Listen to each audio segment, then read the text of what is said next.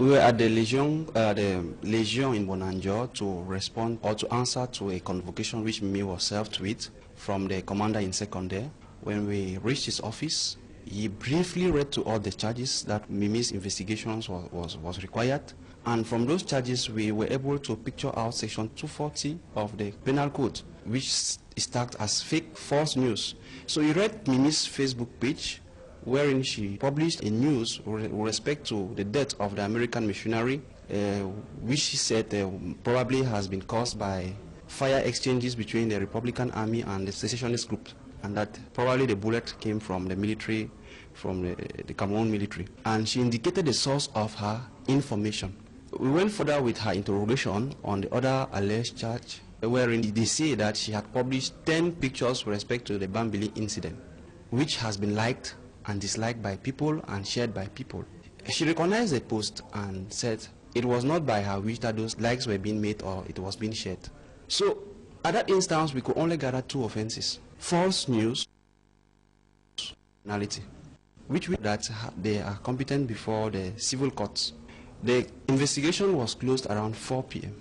They said they were typing their statements. We were all surprised. Why that emergency? We said, well, if we have to wait, no problem. Around 6, the colonel brought to us a form that Mimi has to sign, and that form was her police custody. We objected to it and said, no, it is not called for. We said, no, the offenses for which Mimi Mefo is being investigated for or suspected to have been committed clearly provides that she can be granted bail under sections 117 of the Criminal Procedure Code. So we refused on that, and they went and they were brainstorming and came back, said, we have to meet the military state prosecutor. We were surprised around 8 that we have to go and meet the military state prosecutor. We wanted to know why were we to meet him. The offenses for which Mimi is being tried have no military connotation. They insisted, and we discovered that probably it's because the file came from the military tribunal and that they had to report to him the circumstances of the investigation. We said, okay, there was no problem going to him. When we arrived, the military state prosecutor, we were kept at his secretariat, and we have to insist that we want to meet him. He was surprised to even know that we were coming, meaning that everything already was planned. When we reached his office, the tune of the offenses that we came with changed, and they started saying that Mimi is being charged for acts of terrorism, or being charged under the terrorism law, that Mimi Mefo has caused, or her information has caused, injury to the integrity of the state. We're all surprised with those new facts just coming in. And we tried to buttress all the legal arguments and even the international treaty that Cameroon has ratified. All was falling on deaf ears. We understood that things are getting worse, and at around 10:30 p.m., we saw an escort of around 4 heavily armed gendarmes who came to handcuff her to drive her to the New Bell prison. As a lawyer, I am really very confused because I don't understand the evidence against Mimi for that warrants her appearance before the military tribunal.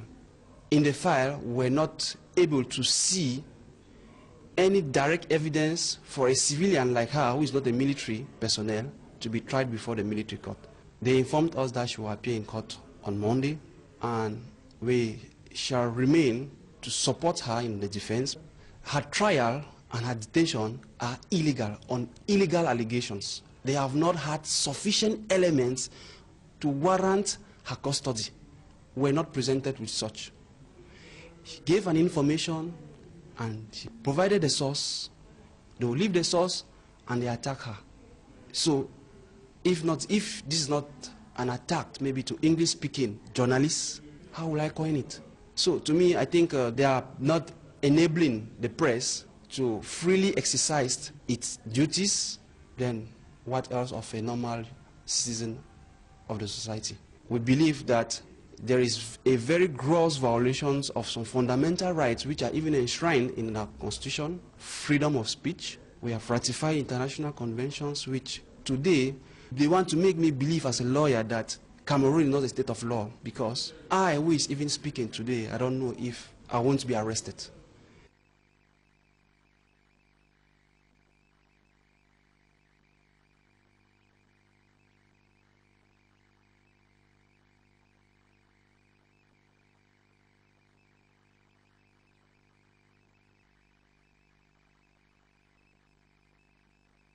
It's Burundi that brought the liberty laws through which press freedom came. And we expect that if a press person makes a false statement, that false statement should be countered and investigations made.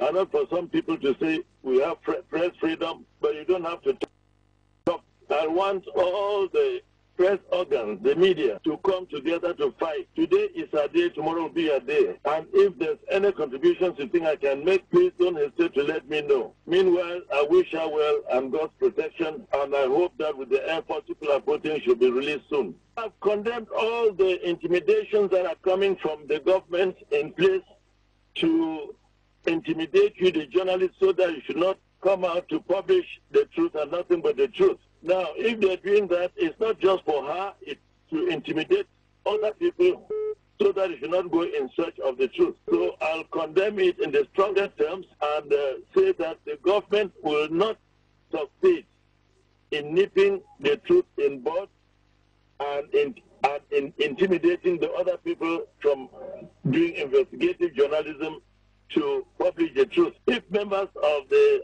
American missionary told her what she published, I think it was a place of government to also interview them and cross-examine what she said. If it's false, they can now counter with the information that they'll have from the family and try to use her to intimidate the other people. They won't succeed in doing that. Government should take note that they cannot do what they're doing and go free. Even if they go free now, those in government who are using it to maybe settle scores should take note that tomorrow is their day. They should see the other government ministers that are in prison, who were blowing this up at their peaks here today they're in prison. Who read elections for government to be in place, today they're in prison trying to publish all that they did, which is not helping them.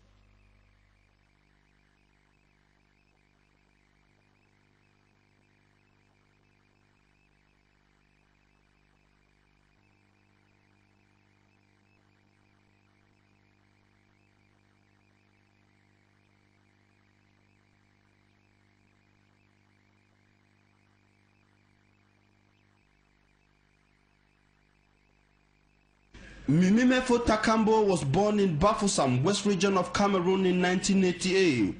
She attended secondary and high school in Balinyonga, Northwest Region of the country.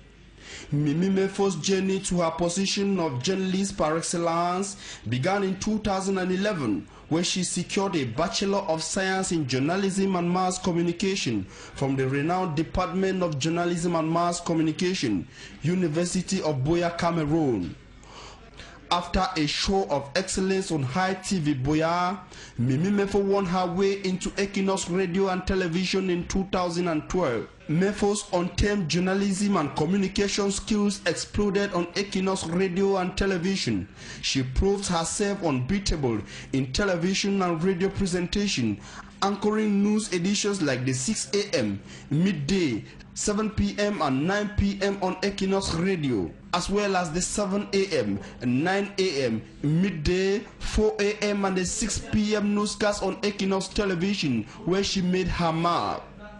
As a reporter, Mimimefo stands amongst the few most daring and most courageous female journalists in Cameroon. She has been to places like Batibo, Balinyonga, Moyoka and Ekona, considered by many as a death trap in the heart of the deepening Anglophone crisis. On 6th of May 2018, dozens of houses were set ablaze in Balangi, in Bonge subdivision of Meme, southwest region of Cameroon. Award-winning journalist Mimimefo has been recognized with international and national awards. In 2016, she won the Best Video Investigator Award of Africa for NI. The Rising Force, Mimimefo, won the Best English Female Journalist Award of Fokako in 2017. In the same year, Mimimefo won the Scoop Media Award as the Best Female Journalist of the Year in Cameroon. As if not enough, in October this year, 2018, Mimimefo was named Journal Hero by the Committee to Protect Journalists. Though the resilient Mimimefo is in a Nube prison, her journalism career is far from hitting the bottom.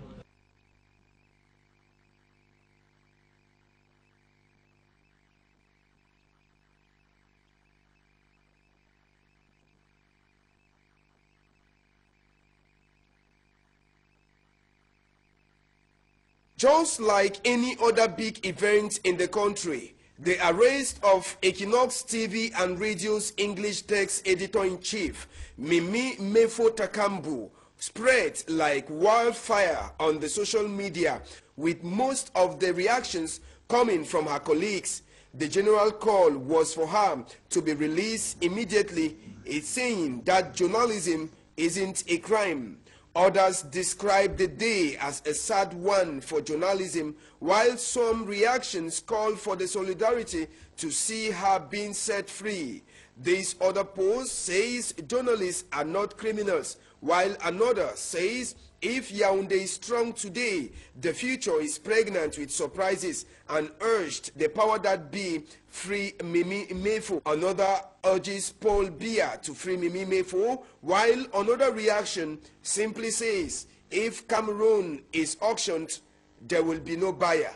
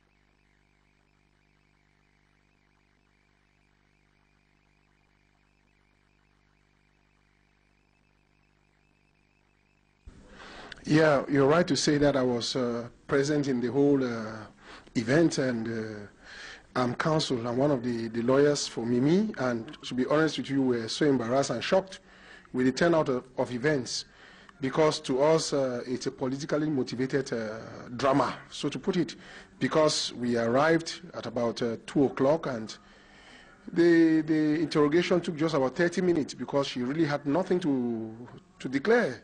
The proofs were there. They brought their how do I put it? They brought their what they based on to accuse her, and on it was already mentioned the source in which she got it. So to us, we're very surprised that it turned out the way it did. But personally, I think that I was expecting such a thing, and I told Mimi that Mimi, I just want you to be very strong and know that you can come out from this place bigger than you entered. Meaning that you go to prison and you come out bigger than what you were before entering. You see, all I'll tell Mimi directly is that she's a strong lady, and the law is on her side, and that we are resolute. The whole college of lawyers behind her, we are resolute to see that justice is being done. And I think it should be an incentive to other journalists to know that it's worth dying for your nation. It is worth saying something and believing in something. And as per the offenses that were brought against her, to be honest with you, we didn't see any sufficient proofs. And in court, we hope in the next days forward, we're told by Monday that the matter is going to be open for hearing by Monday. We'll be there. That is the legal department, the commissaire du gouvernement, bring those proofs that which we think is very sufficient to send me to New Bell. To me, it's a political drama.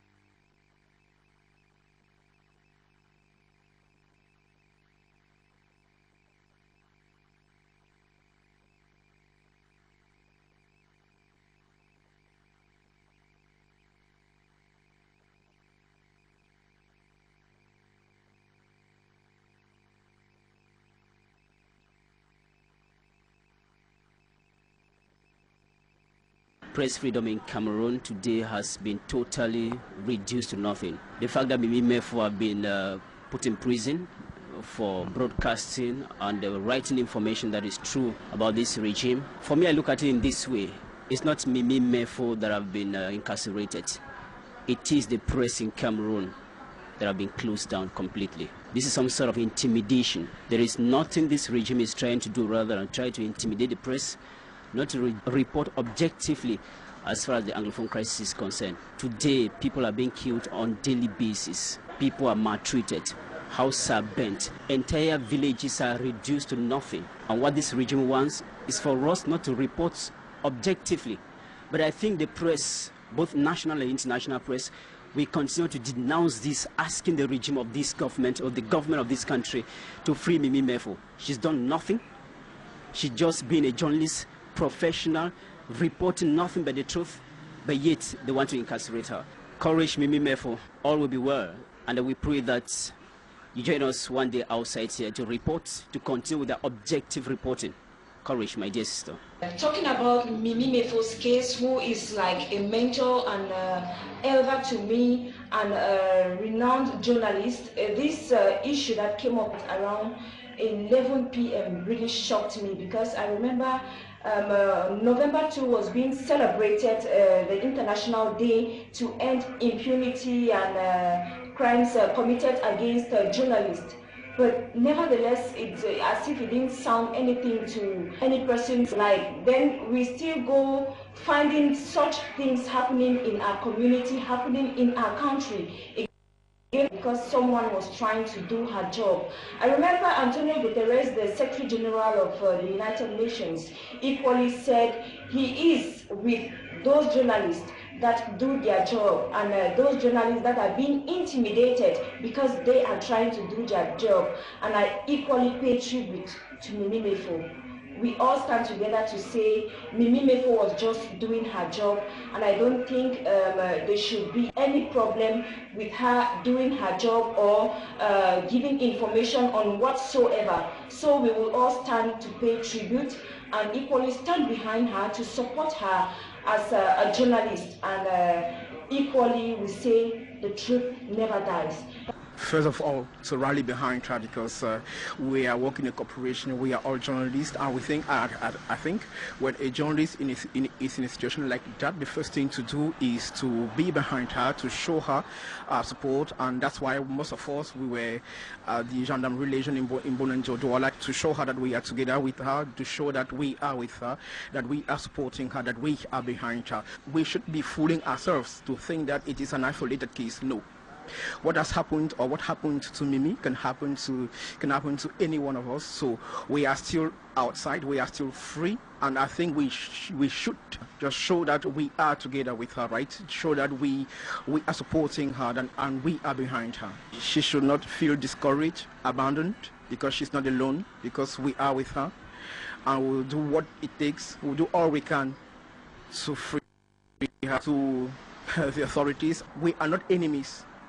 Journalists are not enemies, journalists are not criminals, journalists are professionals, and I think they should help us to continue to be professional, the professional we have been all this while. I felt really bad when I learned about the information, and it's equally heartbreaking to know that those who speak the truth are instead being targeted. I know so many journalists now feel discouraged, they feel threatened, they feel intimidated, which is really unhealthy for this profession. I think we just have to be watchful of what we report right now, because this incident is just an indication that this is not the right time to practice objectivity.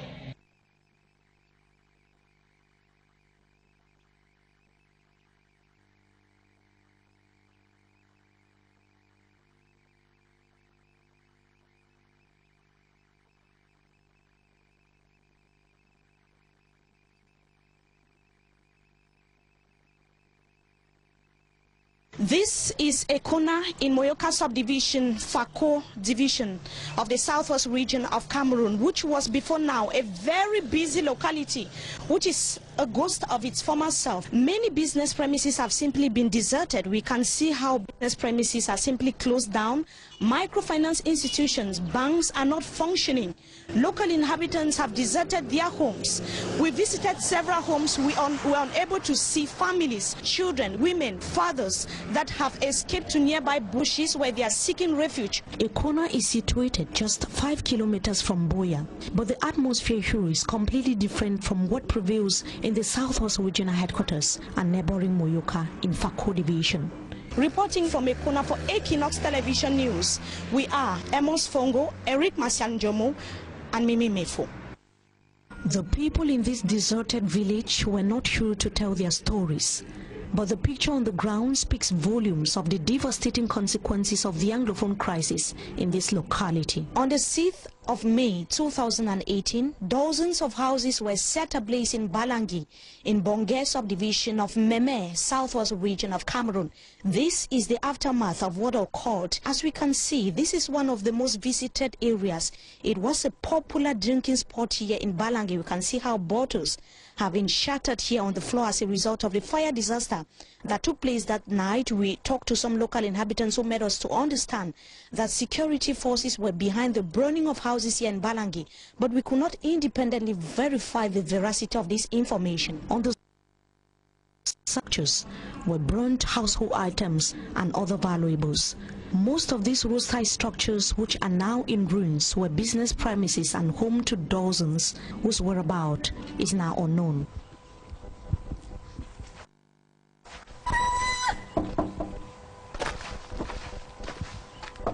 We approached some of the doors, knocked, but no one answered. This is one of the private residences here in Balangi. We can see that it's been practically deserted. The doors are practically closed and it's nightfall. Nobody's here. We can knock and nobody's here to open the doors. And if we keep moving, we'll see that it's a similar scenario almost all over. We cannot tell where the people are. or where they actually escaped to. But it's obvious that the chaotic atmosphere pushed them out of their houses here in Balangi. This is actually the atmosphere. Several houses, even those that have been rented by tenants, have simply been deserted. This is Balangi. And we left Balangi without speaking to a single individual. We see that Balangi has been simply abandoned by local inhabitants, and not even a single soul could be spotted. A few that we saw moving about, not even up to 5 of them, could not tell us what is exactly pushing the people to flee this locality of the southwest region of Cameroon. Balangi is now a ghost of its former self. Several houses deserted. No business is moving on here. We cannot see business premises open here because of the chaotic atmosphere that is reigning now in the southwest region of the country. We can see houses have been abandoned. We equally have information that mothers, kids, as well as young girls and young boys are now seeking refuge in some interior localities and in bushes. We could only see some living souls like animals, like this cat that we can see here in Balangi that has simply been abandoned by its owners. We could equally see fowls here in Balangi. It is a chaotic atmosphere. This is the picture of Balangi few hours to the May 20th celebration in the southwest region of the country. For Equinox Television from Balangi, Mbonge Subdivision, Meme, southwest region of Cameroon, we are Amos Fongo, Eric Masian Jomo, and Mimi Mefo.